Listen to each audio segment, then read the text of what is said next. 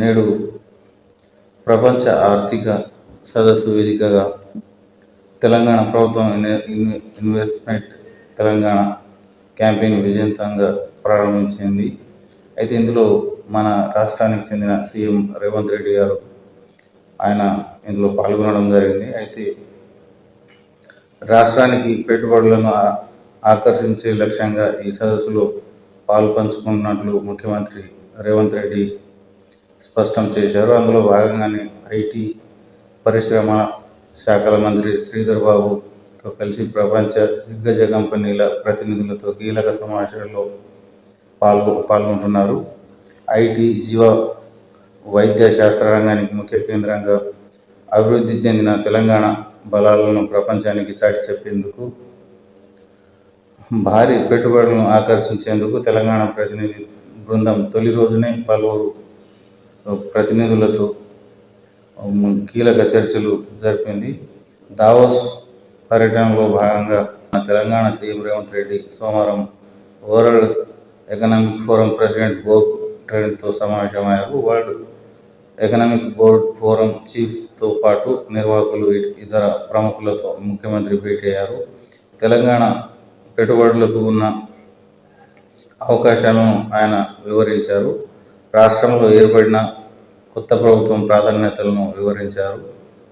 ప్రభుత్వాలతో పాటు పారిశ్రామికవేత్తలు, వ్యాపార వాణిజ్య నాయకత్వం కలిసికట్టుగా పనిచేస్తే ప్రజలు సంపన్నులవుతారని, సుస్థిరమైన అభివృద్ధితో పాటు జీవన ప్రమాణాలు మెరుగుపడితే ప్రజలు మరింత ఆనందంగా ఉంటారనే దృక్కోణంతో చర్చలు జరిపారు. పారిశ్రామిక అభివృద్ధి తెలంగాణ ప్రభుత్వం ఎంచుకున్న కార్యాచరణపై ఆయన చర్చించడం జరిగింది.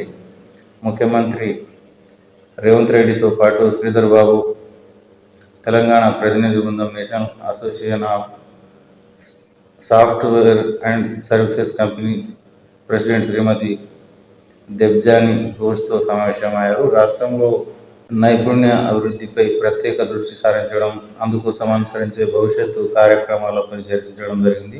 ఇంజనీరింగ్, డిగ్రీ కోర్సులు చదువుతున్న యువతకు స్కిల్ డెవలప్మెంట్, ప్లేస్మెంట్, కమిట్మెంట్, ఉద్యోగ కల్పనకు సాయం అందించే అంశాలపై కూడా వారు సంప్రదింపులు జరిపారు. స్విట్జర్లాండ్లోని దావోస్లో వరల్డ్ ఎకనామిక్ ఫోరం 54వ వార్షిక సదస్సు జరుగుతుంది. 3 రోజుల పాటు ఈ సదస్సు జరగనున్నట్లు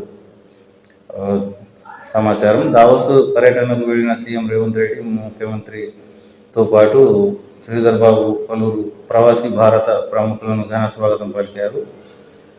జ్యూరిచ్ ఎయిర్పోర్ట్లో మన దేశానికి చెందిన ప్రముఖులతో కలిసి వారితో కాసేపు ముచ్చటించారు సీఎం రేవంత్ రెడ్డి.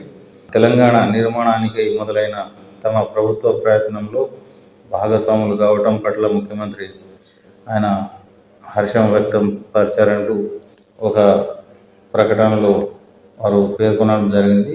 ప్రస్తుతం వారు దావోస్ పర్యటనలో పలు కంపెనీలతో చర్చించడం జరుగుతుంది. పెట్టుబడులు పెట్టడానికి ఆయా కంపెనీలను ఆయన ఆహ్వానిస్తున్నట్లు సమాచారం.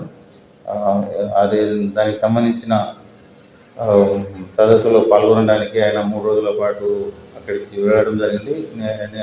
నేడు చర్చలు ప్రారంభం జరిగాయి. మరో 2 రోజుల పాటు ఆయన అక్కడే ఉండి పరిశ్రమలకు సంబంధించిన కానీ వేరే ఇతర ఆర్థికంగా మన తెలంగాణ రాష్ట్రానికి కావాల్సిన అభివృద్ధి గురించి ఆయన చర్చలు జరిపి పెట్టుబడులు వచ్చే విధంగా ఆయన అక్కడ చర్చలు జరుపుతున్నట్లు సమాచారం.